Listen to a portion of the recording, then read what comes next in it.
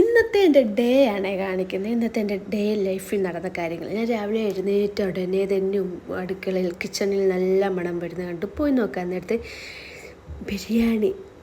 അപ്പോൾ ആണെങ്കിൽ ആ ബിരിയാണി അതിൻ്റെ ഇടയ്ക്ക് എനിക്ക് ജോലി ചെയ്യാൻ പറഞ്ഞപ്പോഴത്തേക്ക് ഞാൻ ഒരു ഫേസ് പാക്ക് ഇട്ട് അവിടെ നിന്ന് അപ്പോഴത്തേക്ക് ഉമറിന് പോകാനുള്ള സമയമായി. ഉമറിന് പോയി. അങ്ങനെ ഉമറിന് ഒരു ടാറ്റ കൊടുത്തു. മിറ്റമൊന്ന് പെട്ടെന്ന് പോയി തൂത്തിട്ട് ഞാൻ പോയി ഫ്രഷായി. ഒരു സ്ഥലം വരെ പോകാനുണ്ട്. അപ്പോഴത്തേക്ക് അനിയത്തി വരുന്നുണ്ടായിരുന്നു. അതിന് മുമ്പ് കാറിൻ്റെ ഷീറ്റൊക്കെ അങ്ങോട്ട് മാറ്റിയിട്ട് പോയി പാലപ്പവും ഗ്രീൻ ബീൻസ് കറിയും കഴിച്ചു. പാലപ്പവും ഗ്രീൻ ബീൻസ് കറിയും കഴിച്ച ഉടനെ തന്നെ എനിക്ക് കോള് വന്ന് വിളിക്കാൻ പോകാമെന്ന്. അങ്ങനെ ഞാൻ വിളിക്കാൻ പോകാൻ വേണ്ടി റെഡിയായ ഇവളെ വിളിച്ചുകൊണ്ടിങ്ങ് വന്നു. വിളിച്ച് കഴിഞ്ഞിട്ട് ഉമ്മച്ചി അവൾ വന്നുടനെയുള്ള സ്നേഹപ്പെടാനും നാരങ്ങ വെള്ളം, ഫുഡ്, അതുപോലെ തന്നെ ഒരു ഏത്തയ്ക്ക പിഴുങ്ങിയത്. എനിക്കില്ലെന്ന് ചോദിച്ചപ്പോൾ എനിക്കൊരു ഏത്തയ്ക്ക പിഴുങ്ങിയത് കിട്ടി.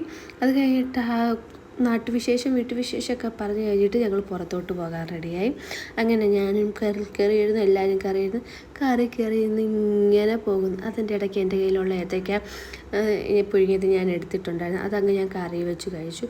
നേരെ പോകുന്നത് 9:30 പോയി ഉമറിനെ 10 മണിക്ക് വിളിക്കാൻ പോകുന്ന ദൃശ്യമാണ് നിങ്ങൾ കണ്ടുകൊണ്ടിരിക്കുന്നത്. സ്കൂളിൽ പോയി ഉമറിനെയും വിളിച്ചുകൊണ്ട് നേരെ മമ്മിയുടെ വീട്ടിൽ പോയി. അവിടെ നിന്നൊരു പൂമ്പാറ്റേനെ പിടിച്ച് നിൽക്കുന്ന പറയണത്. പിന്നെ ഞങ്ങൾ അവിടെ നിന്ന് ബിരിയാണി കഴിച്ച്. അതിപ്പോഴത്തേക്ക് ആര്യയ്ക്ക് എക്സാം ഉണ്ടായിരുന്നു. ആര്യ ആലപ്പുഴ വരെ പോയി. ആലപ്പുഴയിൽ നിന്ന് ആര്യയും പിക്ക് ചെയ്ത് ഞങ്ങൾ നേരെ പോയത് സൂപ്പർ മാർക്കറ്റിൽ ഞാൻ ഓടി നടക്കുന്നത് വേറെ ഒന്നിനുമല്ല, എനിക്കൊരു കസേര വേണം. ഞാൻ ഭയങ്കര ടയേർഡായിരുന്നു. അപ്പോൾ ആ കസേര കയറിയിരുന്ന് അവർ പർച്ചേസിങ് നടത്തിക്കൊണ്ടേയിരുന്നു. അത് കഴിഞ്ഞിട്ട് ഞങ്ങൾ ബില്ലെല്ലാം അടിച്ച് കഴിഞ്ഞ് വീട്ടിലൊരു 4:30 ആയപ്പോൾ എത്തി. പിന്നെ അവിടെ നിന്ന് ചോറ് കഴിച്ചു. അപ്പോഴത്തേക്ക് ഞാൻ നൈറ്റ് ഡ്യൂട്ടി ആയിരുന്നു. ഞാൻ ഡ്യൂട്ടിക്ക് പോകാൻ വേണ്ടി ഒരുങ്ങി റെഡിയായി. ഞാനും റെഡിയായി.